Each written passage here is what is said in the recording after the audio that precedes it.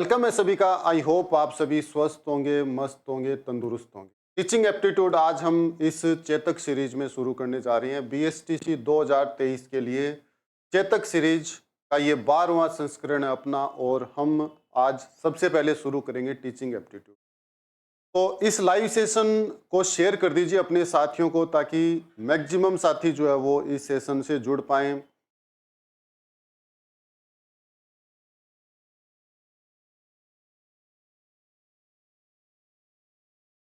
Share करेंगे सभी साथी, एक बार शेयर कर देंगे, कमेंट भी कर देंगे सब कुछ ओके चल रहा है या नहीं चल रहा है। कमेंट जरूर करेंगे सभी साथी, और शेयर भी कर देंगे ताकि सभी साथी जुड़ पाएं। शुरू करते हैं हम टीचिंग एप्टीट्यूड। आज का जो ऑब्जेक्टिव सेशन है इसमें हम शुरू करेंगे टीचिंग एप्टीट्यूड को। तो आगे बढ़ते हैं हम साथियों। सबसे पहला जो प्रश्न है, समग्र और सतत मूल्यांकन। समग्र और सतत मूल्यांकन से संबंधित पहला प्रश्न है अपना। सुनील 009, पुखराज, मंजू पारिक, मुकेश अटोलिया, पलक बिश्नोई, चंद्र प्रकाश, सभी को गुड आफ्टरनून, सभी को राम राम, जय भोलेनाथ, सभी को मामू की बांजी RJ21, भावी अध्यापिका मुक्ता वर्मा जी, पूजा कमेरिया जी, सभी को गुड आफ्टरनून, राम राम सभी को। हम शुरू कर रहे हैं पहला प्रश्न। समग्र और सतत मूल्यांकन में समग्र का तात्पर्य क्या है? देखिए, सतत मूल्यांकन जो है वो कंटिन्यूस है और समग्र होता है। समग्र और सतत ये होता है। बिल्कुल कमेंट बॉक्स में जरूर लिखेंगे कि इसका समग्र जो इसमें शब्द आया है इसका अर्थ क्या है। बिल्कुल अधिकतर नहीं, 100% जो जवाब आ रहे हैं वो ऑप्शन बी के लिए आ रहे हैं। पहला ऑप्शन हमने पढ़े ही नहीं है, सभी के आंसर भी आ गए हैं बी। इसका मतलब सबने मामला जो है वो रट रखा है एकदम ढंग से।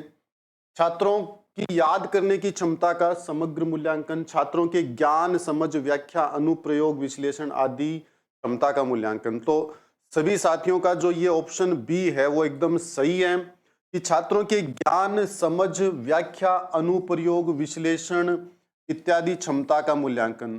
देखिए, समग्र का मतलब होता क्या है? कंप्लीट, टोटल जो छात्र ने सीखा है उसका जो मूल्यांकन है वही उसका समग्र मूल्यांकन है। तो छात्र ने का जो ज्ञान वृद्धि हुई है, उसकी समझ में, उसके व्याख्या करने के तरीके में, उसके अनुप्रयोग, एप्लीकेशन, मतलब जो उसने पढ़ा है, जो उसने सीखा है उसको वो किस प्रकार से अप्लाई करता है और वो किस प्रकार से विश्लेषण करता है चीजों का, इत्यादि क्षमता का जो मूल्यांकन है वही समग्र मूल्यांकन है। तो ये जो पहला प्रश्न था इसका ऑप्शन बी होगा। आगे बढ़ते हैं हम दूसरे प्रश्न की ओर। दूसरा प्रश्न आपके सामने है स्क्रीन पर। अध्यापक कक्षा में अपने द्वारा किए गए संप्रेषण के प्रभाव को ज्ञात कर सकता है। संख्या काफी कम नजर आ रही है आज, तो सभी साथी एक बार शेयर जरूर करेंगे। शेयर करेंगे सभी साथी, अपने फ्रेंड्स को शेयर कर देंगे, अपने दोस्तों को शेयर कर देंगे, ताकि अधिक से अधिक जो साथी है वो इस सेशन का लाभ उठा सकें।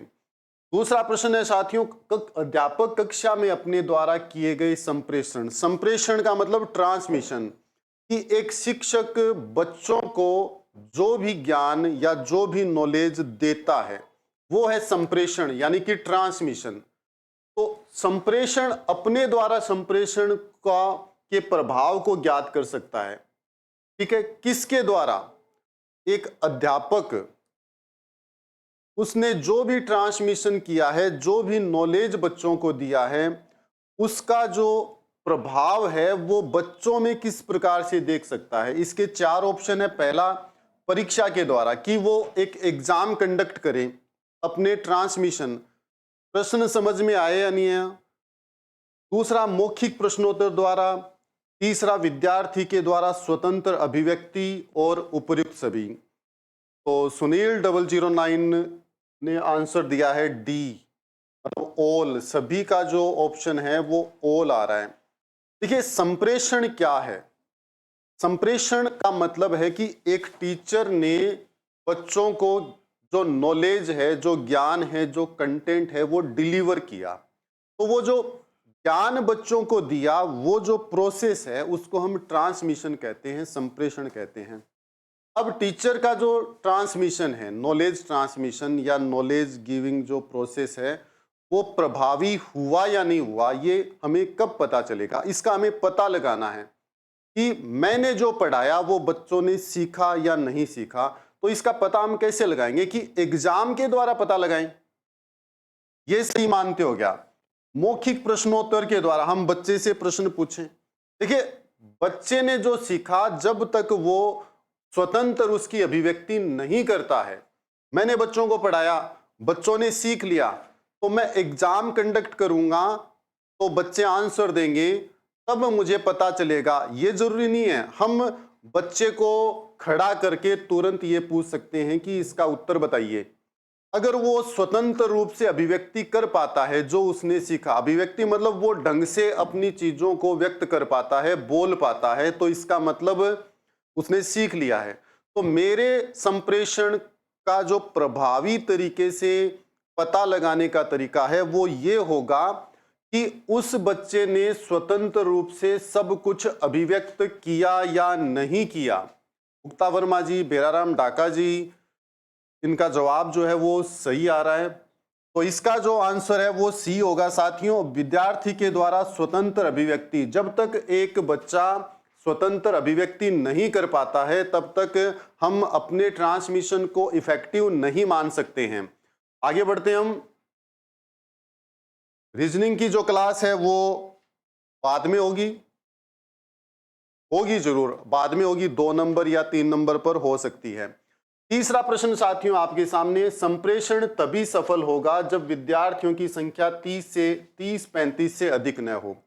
देखिए, जो अपना एनसीएफ है, ठीक है, या अपनी जो शिक्षा नीति है, उसमें प्रत्येक क्लास में बच्चों की जो संख्या है वो निर्धारित की गई है कि प्रत्येक क्लास में एक निश्चित संख्या होनी चाहिए। संप्रेषण तभी सफल होगा, अपना जो ट्रांसमिशन है, नॉलेज जो है, ट्रांसमिशन की प्रक्रिया वो सफल कब मानी जाएगी? जब विद्यार्थी 30-35 से अधिक न हो, ऐसा कहा है। तो आप इस बात से सहमत है या नहीं है? सहमत है, अनिश्चित है, असहमत है, और बहुधा ऐसा, अधिकतर ऐसा सही होता है। तो इसका जो आंसर है वो क्या होना चाहिए? देखिए, अगर एक भीड़ है, अपनी क्लास में भीड़ है, मतलब 100 बच्चे, 150 बच्चे बैठे हैं, तो क्या मेरा ट्रांसमिशन सही हो पाएगा? ठीक है ना। मतलब आजकल टेक्नोलॉजी बहुत ज्यादा विकसित है, तो हो सकता है माइक को यूज कर लें या और जो इंस्ट्रूमेंट है, एलईडी वगैरह जगह जगह पर लगाकर हम अपने संप्रेषण को प्रभावी कर सकते हैं। पर गवर्नमेंट जो स्कूल है, हम उनकी अगर बात करें तो 100-200 बच्चों की क्लास में जो अपना ट्रांसमिशन है वो इस प्रकार से संभव नहीं है। तो 30-35 से अगर ज्यादा बच्चे क्लास में होते हैं तो टीचर का जो ट्रांसमिशन है, संप्रेषण है, वो प्रभावी नहीं होता है, क्योंकि दूर 100 नंबर पर जो छात्र बैठा है उस तक मेरी बात जो है वो ढंग से नहीं पहुंच पाएगी। तो 30-35 से अधिक बच्चे क्लास में नहीं होने चाहिए, तो अपना संप्रेषण 30-35 तक ही प्रभावी हो सकता है। यानी कि हम इस बात से क्या होंगे? सहमत होंगे। बिल्कुल, बैराम जी, डाका जी, बिल्कुल सही कह रहे हो कि सभी को सफल करना जो है वो मुश्किल होता है, ये तो पॉसिबल नहीं है। पर सफल केवल टीचर करे ऐसा जरूरी नहीं है, टीचर ही सफल नहीं कर सकता। एक जिज्ञासा, एक लालसा जो है वो बच्चे के अंदर होनी चाहिए। बिल्कुल मुक्ता जी, मामू की मान जी, सबका जो आंसर ए है वो सही आ रहा है। बढ़ते हम चौथे प्रश्न की ओर। छात्र एवं अध्यापक के मध्य संप्रेषण होता है प्रमुखतः एक स्टूडेंट और एक टीचर के बीच जो ट्रांसमिशन है। ट्रांसमिशन हम किसका करेंगे? ज्ञान का करेंगे। जो अभिव्यक्ति है बातों से होगी, तो उसका प्रमुखतः जो एक प्रकार से मीडियम बोल सकते हैं वो क्या है? मूक होता है। संप्रेषण मूक है क्या? मतलब मैं भी चुप और बच्चे भी चुप, ये तो सरासर ही क्या है? गलत है। लिखित, मैं सब कुछ बच्चों को या बच्चे मुझे सब कुछ किस मोड में देते हैं? रिटर्न में थोड़ी देते हैं, ये भी सही नहीं है। अर्थहीन और मौखिक, इनमें से कौन सा आंसर होना चाहिए? बिल्कुल मौखिक। मुक्ता जी का जो आंसर है, मामू की बांजी ने ए लिखा है, ठीक है। तो साथियों, इसका जो आंसर होगा वो मौखिक होगा। कि एक टीचर और एक स्टूडेंट के बीच में जो ट्रांसमिशन होता है वो किस रूप में होता है, वो मौखिक रूप में होता है। मैं अभी जैसे एज ए टीचर बता रहा हूं तो वो किस रूप में बता रहा हूं, मौखिक रूप में, ठीक है ना, ओरली सब कुछ होगा। चलिए नेक्स्ट प्रश्न 5 की ओर बढ़ते हैं। इससे पहले एक न्यूज है, महिला सुपरवाइजर की जो भर्ती आने वाली है उसका जो संपूर्ण ऑनलाइन कोर्स है वो एक छोटी सी रकम पर दिया जा रहा है उड़ान एजुकेशन ऐप पर। तो उड़ान एजुकेशन ऐप को साथियों जरूर डाउनलोड कीजिए, प्ले स्टोर पर जाइए, उड़ान एजुकेशन ऐप डाउनलोड कीजिए और अपनी मनपसंद का जो भी कोर्स है उसका सब्सक्रिप्शन लीजिए। बीएसटीसी का जो कोर्स है साथियों वो भी उपलब्ध है ऑनलाइन, उसकी क्लासेज जो है वो वहां पर चल रही है, रिकॉर्डेड क्लासेज भी आपको वहां मिल रही है, इसकी भी कीमत बहुत कम है साथियों। तो महिला सुपरवाइजर दोनों जो कोर्स है उसमें लाइव क्लासेज होगी साथियों, और रिकॉर्डेड क्लासेज जो पहले हो चुकी है लाइव वो रिकॉर्डेड रूप में आपको वहां पर मिलेगी। आगे बढ़ते हैं साथियों नेक्स्ट प्रश्न की ओर। 5वां प्रश्न आपके सामने स्क्रीन पर आ चुका है। संप्रेषण की दक्षता की आवश्यकता सर्वाधिक होती है, अध्यापक को, वकील को, नेता को, सभी को। किसको सर्वाधिक संप्रेषण की आवश्यकता? देखिए हम नेता, वकील, आईएएस, आरएएस सब कुछ कौन बनाता है? सब कुछ एक टीचर बनाता है साथियों, ठीक है ना। एक टीचर ही है जो सब कुछ बनाता है, समझ गए मेरी बात। तो संप्रेषण ट्रांसमिशन की जो सबसे ज्यादा आवश्यकता है वो किसको होगी? अध्यापक को होगी, वकील को होगी, नेता को होगी, या इन सभी को होगी? कौन सा ऑप्शन जो है वो बिल्कुल, पुखराज जी, मामू की बांजी, बेराराम जी, आपका जो आंसर है बिल्कुल सही है। ट्रांसमिशन की, संप्रेषण की दक्षता की आवश्यकता वैसे तो सभी को होती है कि सभी अपनी बात को सही तरीके से आगे तक पहुंचा सकें, तो सबको इसकी आवश्यकता होती है। पर सर्वाधिक शब्द जो आया है इसका मतलब एक टीचर के लिए ट्रांसमिशन की जो दक्षता है, संप्रेषण की जो दक्षता है वो सबसे ज्यादा होगी, क्योंकि टीचर का ट्रांसमिशन, संप्रेषण अगर नॉलेज डिलीवर का जो तरीका है वो इफेक्टिव नहीं है तो बच्चे कुछ सीख ही नहीं पाएंगे। क्लियर तो ये होगा, सही मायने में तो ये है कि ट्रांसमिशन अगर सही नहीं होगा, संप्रेषण अगर ठीक नहीं होगा तो बच्चे ढंग से नहीं सीख पाएंगे। तो एक टीचर के लिए ट्रांसमिशन की जो दक्षता है वो बहुत अच्छी होनी चाहिए। नेक्स्ट 6ठे प्रश्न की ओर बढ़ते हैं साथियों। प्रभावी संप्रेषण निर्भर करता है, प्रभावी संप्रेषण, इफेक्टिव जो ट्रांसमिशन है साथियों वो किस पर निर्भर करेगा? 4 ऑप्शन इसमें दिए हुए हैं।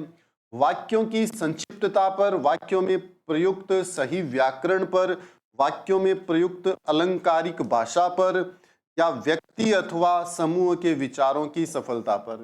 तो 6ठे प्रश्न का आंसर क्या होना चाहिए साथियों? कमेंट बॉक्स में जरूर लिखेंगे। बिल्कुल साथियों कमेंट जरूर करना, 6ठे प्रश्न का जो उत्तर है वो क्या होना चाहिए? प्रभावी संप्रेषण किस पर निर्भर करता है साथियों?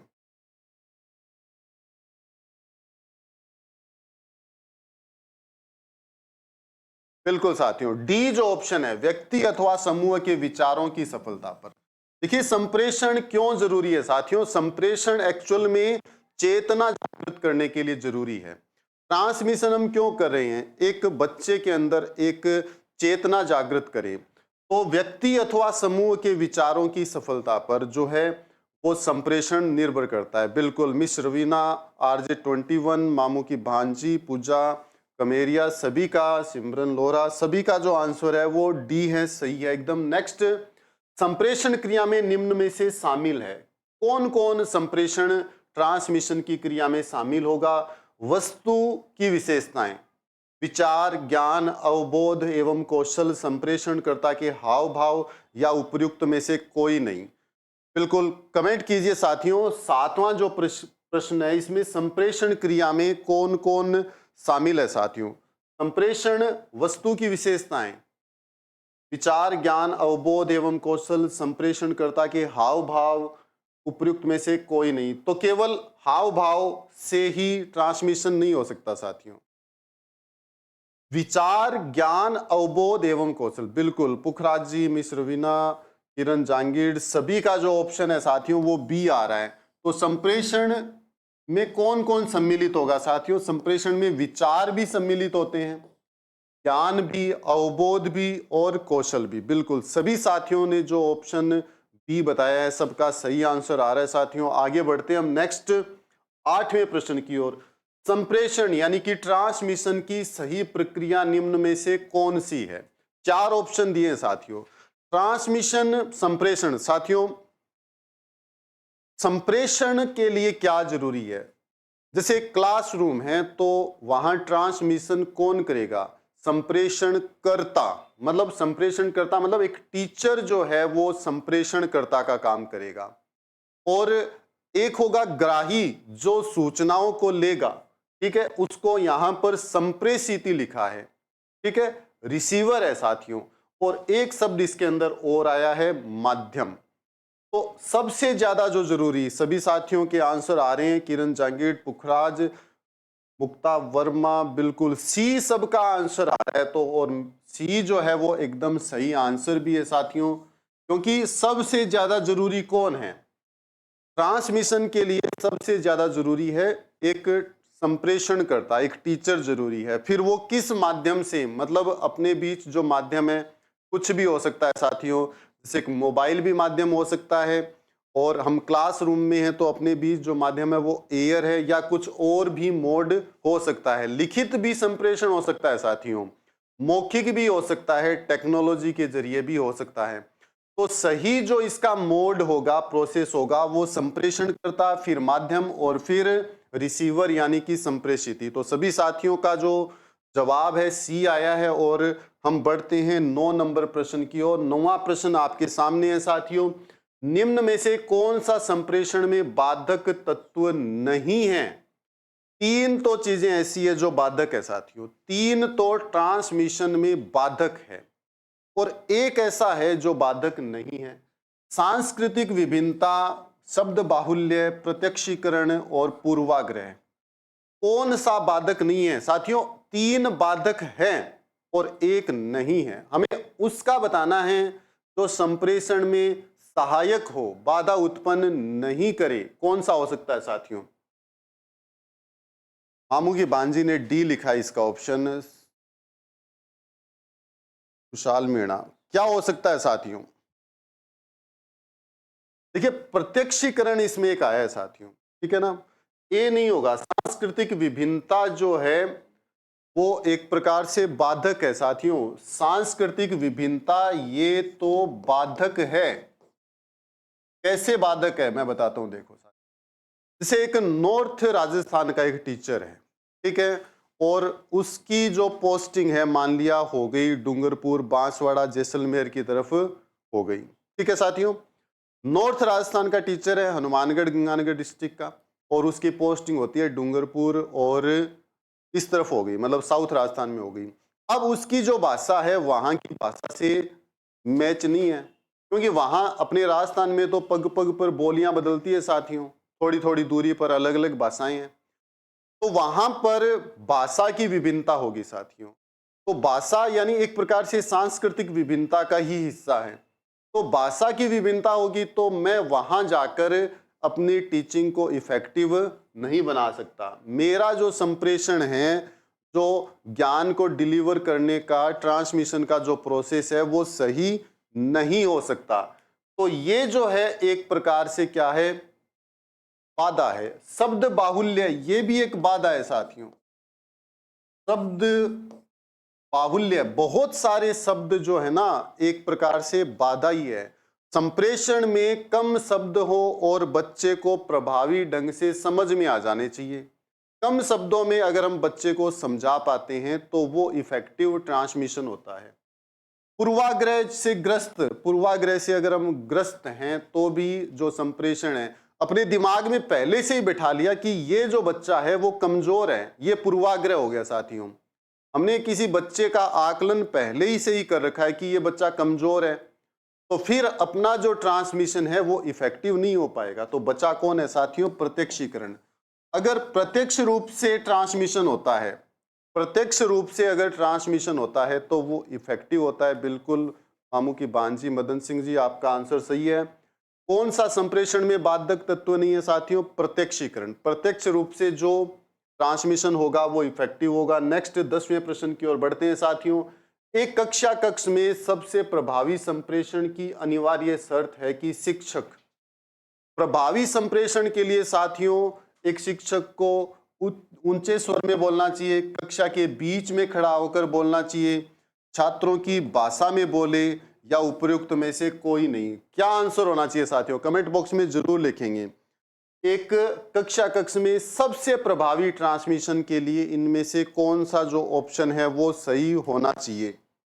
ठीक है साथियों, क्या होना चाहिए आपके हिसाब से? ऊंचे स्वर में बोलें या फिर कक्षा के बीच में खड़ा होकर बोलें? बिल्कुल, मामू की भांजी, पुखराज जी, परियार, सबका जो आंसर है वो सी आ रहा है, छात्रों की भाषा में बोले।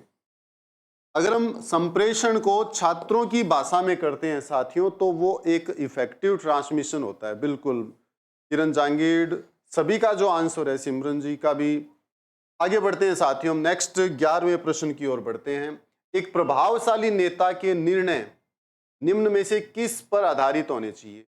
एक प्रभावशाली इफेक्टिव जो लीडर है उसके जो डिसीजन हैं किस पर आधारित होने चाहिए? एक नेता के निर्णय किस पर आधारित होने चाहिए? सामूहिक परिचर्चा पर, तर्क पर, अर्थशास्त्रों के सिद्धांत पर, बड़े लोगों के अनुभव पर? कौन सा ऑप्शन सही होना चाहिए साथियों? तर्क आधारित। देखिए, एक नेता केवल तर्क संगत बातें नहीं कर सकता साथियों, ठीक है ना।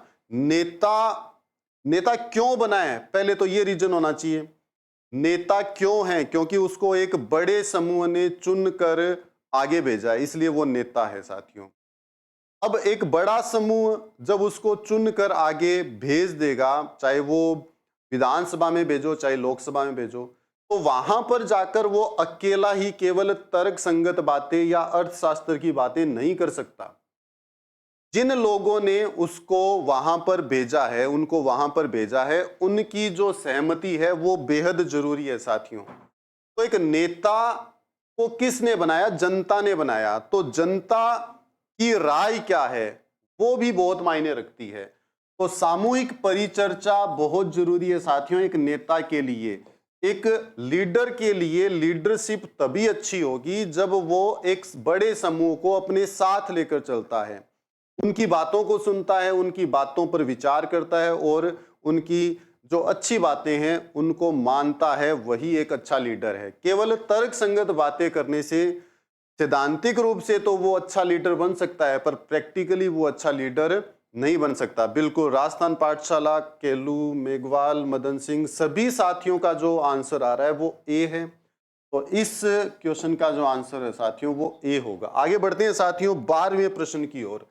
निर्देशन का अर्थ व्यवसाय में सहायता देना है, ठीक है। निर्देशन साथियों स्कूल में गाइडेंस, कैरियर गाइडेंस, ठीक है ना, मतलब कैरियर के निर्देशन की बात चलती है। तो गाइडेंस का जो काम होता है स्कूलों में आजकल काफी इस पर काम गवर्नमेंट भी कर रही है और आज के जो युवा टीचर हैं वो भी इस पर बहुत ध्यान देते हैं। गाइडेंस बेहद जरूरी है साथियों। तो गाइडेंस क्यों जरूरी है? गाइडेंस व्यवसाय में सहायता देना है। क्या करता है एक्चुअल से? गाइडेंस से क्या यूज है? समस्या के समाधान के लिए गाइडेंस जरूरी है, व्यवसाय के चयन करने में, व्यवसायिक समायोजन में या लीडरशिप में। साथियों भेराराम जी का आंसर आ रहा है व्यवसायिक समायोजन में। व्यवसायिक समायोजन का भेराराम जी अर्थ क्या हुआ? एडजस्टमेंट। बिजनेस में या जो भी हम प्रोफेशन अपना रहे हैं उसमें एडजस्टमेंट।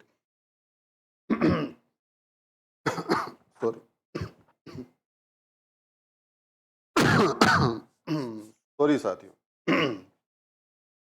तो साथियों गाइडेंस जो है वो केवल एडजस्टमेंट के लिए नहीं होती। हम एक बच्चे को क्यों गाइड करते हैं? ताकि वो चुनाव कर सके कि उसे किस फील्ड में जाना है। तो गाइडेंस के लिए सी ऑप्शन नहीं होगा साथियों। गाइडेंस का अर्थ है व्यवसाय के चयन में, एक प्रोफेशन का, एक व्यवसाय का चयन करने के लिए गाइडेंस जरूरी है। गाइडेंस केवल किसी भी प्रोफेशन के एडजस्टमेंट के लिए, समायोजन के लिए जरूरी नहीं है साथियों। बिल्कुल, मुक्ता जी का आंसर सही आ रहा है, बी ऑप्शन होगा साथियों इसका। समस्या के समाधान के लिए गाइडेंस नहीं है केवल। गाइडेंस जो है वो किस लिए जरूरी है कि एक हम प्रोफेशन का सिलेक्शन कर सकें। जैसे 12th के बाद बच्चों को गाइडेंस की जरूरत पड़ती है, तो बच्चे टीचर से या जो भी गाइडेंस प्रोवाइड करवाते हैं एजेंसी, उनसे संपर्क करते हैं कि वो किस फील्ड में जाएं, किस व्यवसाय को चुनें। बिल्कुल साथियों, आगे बढ़ते हैं हम। नेक्स्ट प्रश्न 13 नंबर। विभिन्न व्यवसायों के प्रशिक्षण के अंतर्गत नगर के व्यावसायिक प्रतिष्ठानों से लोगों को आमंत्रित कर विद्यार्थियों से मिलना चाहिए, इस प्रकार क्या होगा? ठीक है, विभिन्न व्यवसायों के प्रशिक्षण के अंतर्गत नगर के व्यावसायिक प्रतिष्ठानों से लोगों को आमंत्रित कर विद्यार्थियों से मिलना चाहिए। मतलब अलग अलग व्यवसाय के जो लोग हैं वो स्टूडेंट से मिले। क्यों? प्रशिक्षण में सुधार होगा, मूल्यांकन होगा, उत्साहवर्धन होगा, सहायता मिलेगी। कमेंट कीजिए साथियों, क्यों जरूरी है कि जो अलग अलग व्यवसाय के जो लोग हैं वो प्रशिक्षण संस्थान में जाएं और वहां पर विद्यार्थियों से मिले? क्या कारण हो सकता है?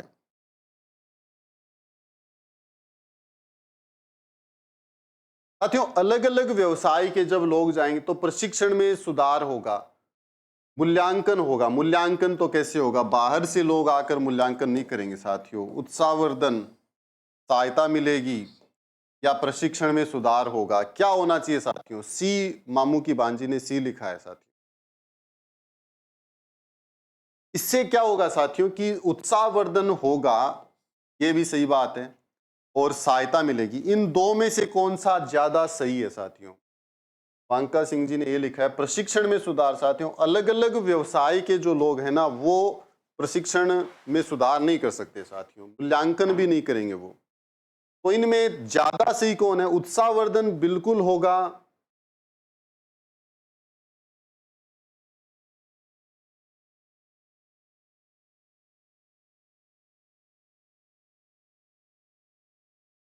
साथियों, इसका जो आंसर है वो क्या होगा? डी होगा, डी बिल्कुल। सहायता मिलेगी। अलग अलग लोग जब अपने इंस्टीट्यूट में आएंगे, विद्यार्थियों से मिलेंगे, उत्साहवर्धन होगा, परंतु इससे भी ज्यादा क्या होगा? सहायता मिलेगी साथियों।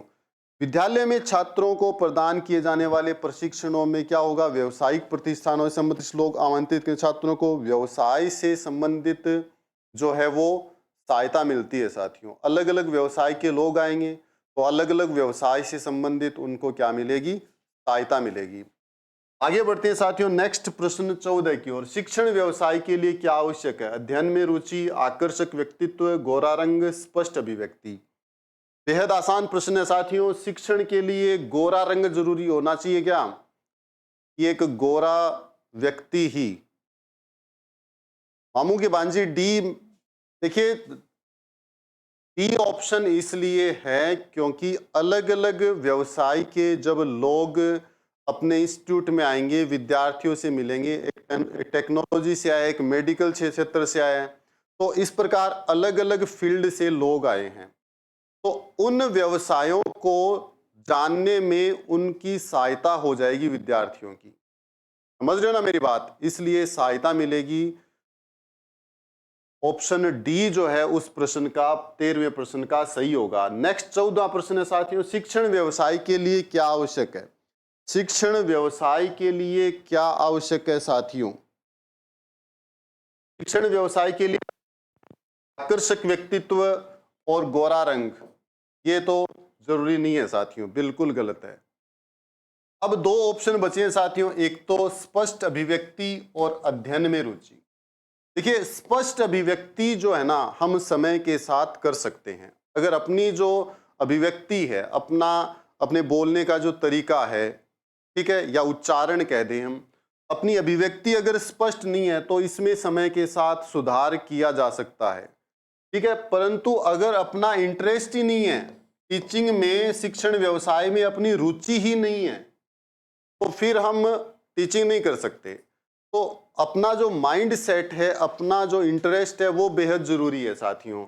स्पष्ट अभिव्यक्ति तो एक प्रैक्टिस से आ सकती है, परंतु अध्ययन में रुचि होना बेहद आवश्यक है। तो साथियों 14वें प्रश्न का जो आंसर है वो ए होगा कि अगर हम टीचिंग व्यवसाय में, टीचिंग प्रोफेशन में जाना चाहते हैं। मदन सिंह जी ने जो आंसर लिखा है ए, वो सही होगा।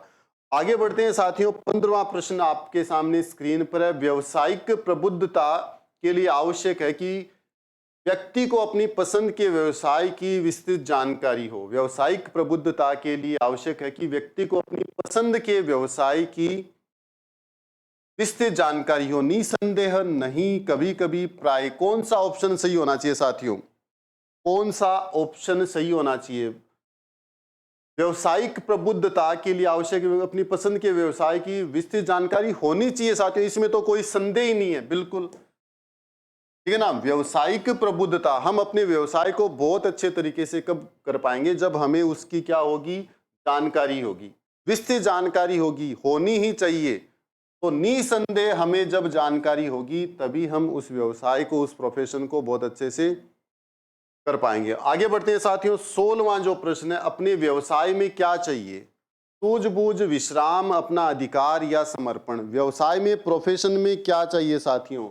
व्यवसाय में सूझबूझ जरूरी तो है साथियों, विश्राम और अपना अधिकार, ये तो बिल्कुल ही गलत है साथियों। इन दो में से ज्यादा उचित शब्द कौन सा है? इन दो में से साथियों ज्यादा उचित क्या है? अपने व्यवसाय में समर्पण जरूरी है साथियों। व्यवसाय में जब समर्पण होगा तभी व्यवसाय को हम उत्तरोत्तर प्रगति पर ले जा सकते हैं। सूझबूझ जो है वो सही है, परंतु समर्पण जब सामने और है अपने, तो किसी भी बिजनेस को, किसी भी व्यवसाय को करने के लिए, मुक्ता वर्मा जी ने भी सूझबूझ कहा है, पर सूझबूझ होनी चाहिए, पर जब तक समर्पण नहीं होगा हम उस व्यवसाय में प्रगति नहीं कर सकते। सूझबूझ तो साथियों किसी भी काम के लिए जरूरी है, परंतु समर्पण की भावना से ही हम उस व्यवसाय को, उस प्रोफेशन को उत्तरोत्तर उन्नति पर ले जा सकते हैं। देखिए, सूझबूझ नहीं होगी तो समर्पण कैसे होगा? यही तो मैं कह रहा हूं कि सूझबूझ तो जरूरी ही है, सूझबूझ तो जरूरी ही है, पर केवल सूझबूझ है। सूझबूझ समझ तो बहुत है, पर हम आलस करते हैं। हमें बहुत भयंकर समझ है, मतलब हम बहुत बड़े ज्ञानी हैं, पर अपना अगर समर्पण नहीं है, हम पड़े रहते हैं अपनी सूझबूझ लिए, सुबह से शाम तक चारपाई पर पड़े ही हैं, व्यवसाय से कोई लेना देना ही नहीं है अपना, तो अकेली सूझबूझ क्या काम आएगी अपने? तो अपना समर्पण बहुत जरूरी है किसी भी प्रोफेशन के लिए। आगे बढ़ते हैं साथियों। 17वां प्रश्न, व्यवसाय की शिक्षा से पूर्व विद्यार्थी को कराना चाहिए। ठीक है, व्यवसाय की शिक्षा, प्रोफेशन की जो एजुकेशन है, उससे पूर्व विद्यार्थी को कराना चाहिए। रुचि परीक्षण करवाना चाहिए, अभिवृत्ति परीक्षण करवाना चाहिए, स्वास्थ्य परीक्षण या सभी परीक्षण?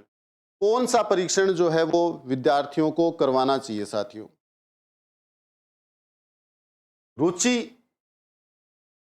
या स्वास्थ्य, सभी परीक्षण, अभिवृत्ति? देखिए, इसका जो ऑप्शन है साथियों अभिवृत्ति, अपना जो एप्टीट्यूड टेस्ट है वो जरूर होना चाहिए। किसी भी व्यवसाय की शिक्षा से पूर्व जो विद्यार्थी हैं उनको अभिवृत्ति जो है, अभिवृत्ति परीक्षण करवाना चाहिए साथियों। तो इस प्रश्न का जो उत्तर बी है वो सही होगा साथियों। ए या बी लिखा है तो ए नहीं होगा, बी सही होगा इसका। आगे बढ़ते हैं जी। नेक्स्ट प्रश्न 17 में बी, बिल्कुल मुक्ता वर्मा जी का आंसर सही आ रहा है, 17 में बी है। नेक्स्ट 18वां प्रश्न, पहले एक न्यूज है साथियों। Topic wise test series NCERT books मात्र 41 रुपीज में। टॉप जो 100 विद्यार्थी हैं, विजेता 10 होंगे साथियों।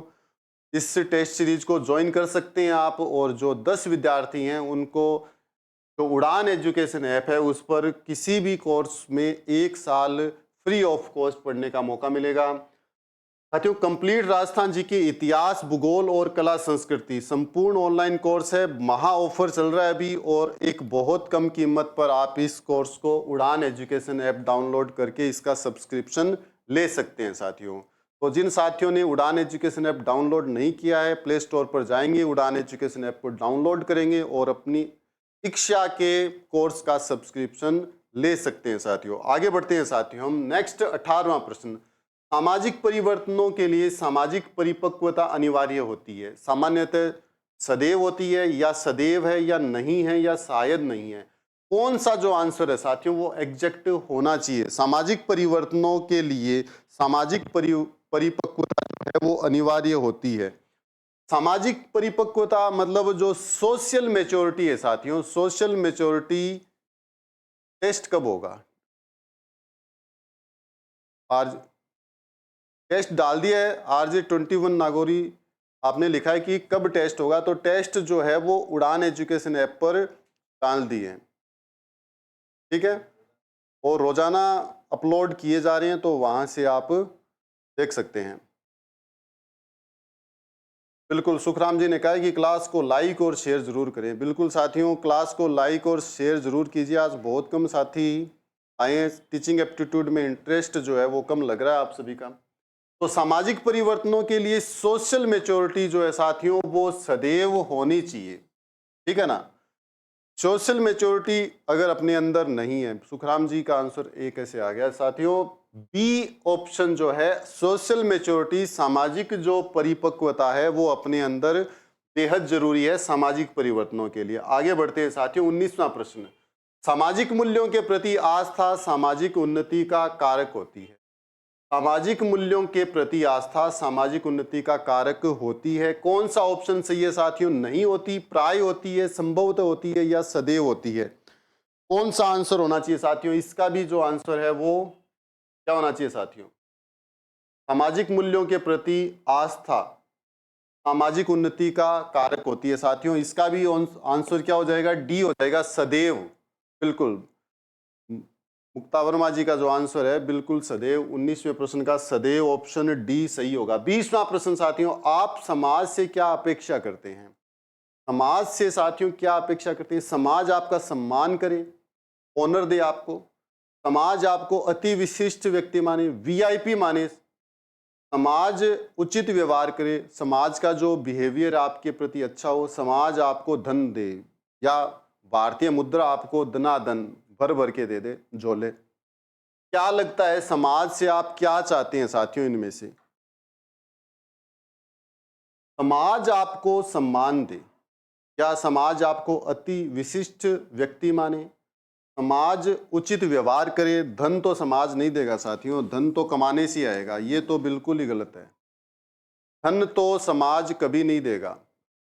समाज अपने साथ एक गुड बिहेवियर करे साथियों, ये जो ऑप्शन है वो एक्यूरेट होगा साथियों इसका, कि समाज हमें वीआईपी क्यों मानेगा? हम तो मास्टर हैं और मास्टर वीआईपी नहीं होते अपने इंडिया में, तो समाज हमें वीआईपी क्यों मानेगा साथियों, ठीक है। और आपका सम्मान करे, ऑनर दे हमें, ठीक है, तो बेवजह ऑनर भी नहीं देगा समाज। तो हम ये सोच सकते हैं कि कम से कम समाज अपने साथ जो व्यवहार करे वो उचित करे। बिल्कुल, सभी साथियों का जो ऑप्शन सी है वो सही आ रहा है। आगे बढ़ते हैं साथियों, हम 21वां प्रश्न। विकलांग छात्रों को आगे बढ़ने के समान अवसर मिलने चाहिए, इस संबंध में आप क्या सोचते हैं कि जो दिव्यांग साथी हैं या दिव्यांग जो विद्यार्थी हैं, कैंडिडेट हैं, उनको आगे बढ़ने के समान अवसर मिलने चाहिए, इस संबंध में आपकी क्या राय है साथियों? उन्हें यह अवसर नहीं मिलने चाहिए? बिल्कुल गलत है साथियों। क्यों नहीं मिलने चाहिए? वो भी तो अपने देश का एक हिस्सा है, उन्हें सबके समान नहीं लाना चाहिए। क्यों नहीं लाना चाहिए साथियों? ये भी गलत है। वो भी आ सकते हैं सबके समान, उन्हें आगे बढ़ने के अवसर मिलने चाहिए, उन पर दया व सहानुभूति करनी चाहिए। दया और सहानुभूति बिल्कुल नहीं करनी चाहिए साथियों, इससे वो डिप्रेशन में आते हैं। सहानुभूति हमें हालांकि अपने मन में रखनी चाहिए, पर उनके सामने इस चीज का जो है दिखावा नहीं करना चाहिए। उन्हें आगे बढ़ने के अवसर मिलने चाहिए साथियों, ठीक है।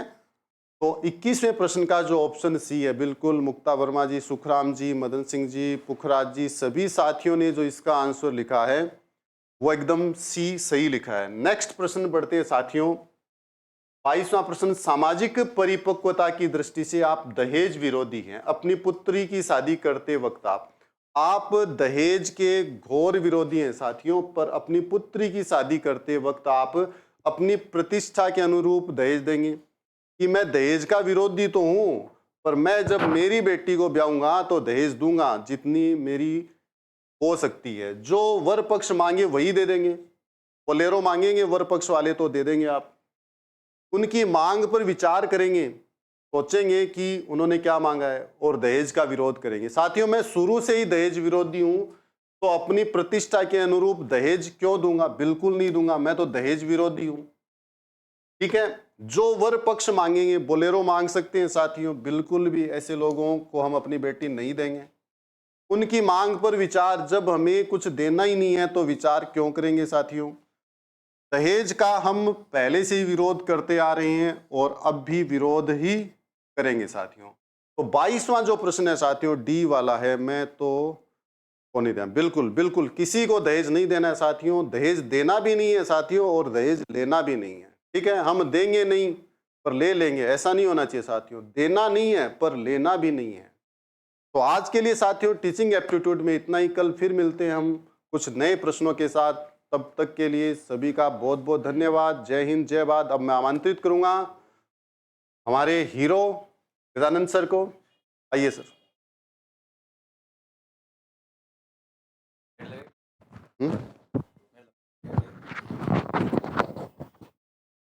नमस्कार, जय हिंद। कैसे हो सभी? एक बार सभी साथियों का पुनः हार्दिक अभिनंदन, स्वागत है। चलो भाई, काफ़ी देरी से हो गई और आज आपकी संख्या भी बहुत कम है। पहली बात